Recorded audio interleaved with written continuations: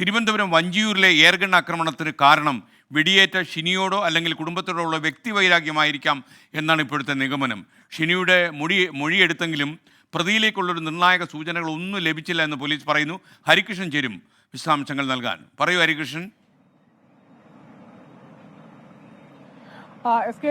ഇന്നലെ തന്നെ ഈ പോലീസ് ഇതുമായി ബന്ധപ്പെട്ട ഈ വെടിയേറ്റ അല്ലെങ്കിൽ ഈ അക്രമമേറ്റ ഈ ഷിനിയുടെ മൊഴി എടുത്തിരുന്നു എന്നുള്ളതാണ്. പക്ഷെ അതിൽ ഈ നിർണായകമായ സൂചനകളൊന്നും, ഈ പ്രതിയിലേക്കുള്ള നിർണായകമായ സൂചനകളൊന്നും ലഭിച്ചില്ല എന്നുള്ളതാണ്. പക്ഷെ പോലീസിന്റെ ഒരു നിഗമനം അല്ലെങ്കിൽ ഒരു പ്രാഥമിക നിഗമനം എന്ന് പറയുന്നത് ഈ ഷിനിയോടോ അല്ലെങ്കിൽ ഈ കുടുംബത്തോടോ ഉള്ള വ്യക്തിവൈരാഗ്യം തന്നെ ആയിരിക്കാം, മറ്റു കാരണങ്ങളില്ല എന്നുള്ളതാണ് പോലീസിന്റെ ഒരു നിഗമനം. പക്ഷെ അതിലേക്കുള്ള ഒരു സൂചന അല്ലെങ്കിൽ തെളിവുകൾ അത്തരം കാര്യങ്ങളൊന്നും ഇതുവരെ ലഭിച്ചിട്ടില്ല. ഈ പരിക്കേറ്റ ഷിനിയുടെ ഭർത്താവ് ഈ മാൽഡീവ്സിൽ ഒരു ബിസിനസ്സുകാരനാണ്. ആ തരത്തിലും ഈ സാമ്പത്തികപരമായി ബന്ധപ്പെട്ട എന്തെങ്കിലും കാര്യങ്ങളൊക്കെ ഇതിന് പിന്നിലുണ്ടോ എന്നൊക്കെ പോലീസ് അന്വേഷിക്കുന്നുണ്ട്. ഇന്നലെ ഈ അക്രമത്തിനായി ഇവർ വന്ന ഈ കാർ എന്ന് പറയുന്നത് വ്യാജ നമ്പർ പ്ലേറ്റ് ഉപയോഗിച്ച് ധരിപ്പിച്ച ഒരു കാറാണ്. അത് ഇന്നലെ തന്നെ അത് പോലീസ് കണ്ടെത്തിയിരിക്കുകയും ചെയ്തിരുന്നു. അത് ഒരു പറണ്ടോട് സ്വദേശി കോഴിക്കോടേക്ക് വിറ്റ ഒരു കാറിന്റെ നമ്പർ പ്ലേറ്റ് ആണെന്നുള്ളതാണ് പോലീസിന് ലഭിച്ചിരിക്കുന്ന ഒരു വിവരം. അതുമാത്രമല്ല, ഈ CCTV ദൃശ്യങ്ങൾ പരിശോധിച്ചപ്പോൾ ഈ കാറിൽ ഇവർ ആറ്റിങ്ങൽ ഭാഗത്തേക്ക്, അതായത് ദേശീയപാത വഴി ആറ്റിങ്ങൽ ഭാഗത്തേക്ക് സഞ്ചരിച്ചു എന്നുള്ളതാണ് പോലീസിന് ലഭിച്ചിരിക്കുന്ന ഒരു സൂചന എന്ന് പറയുന്നത്.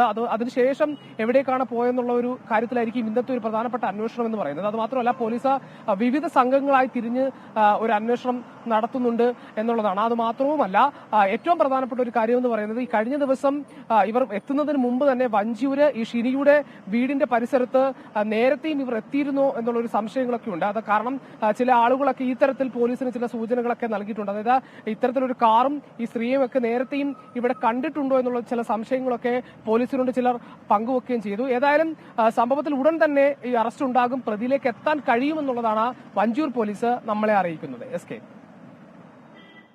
കൃഷ്ണൻ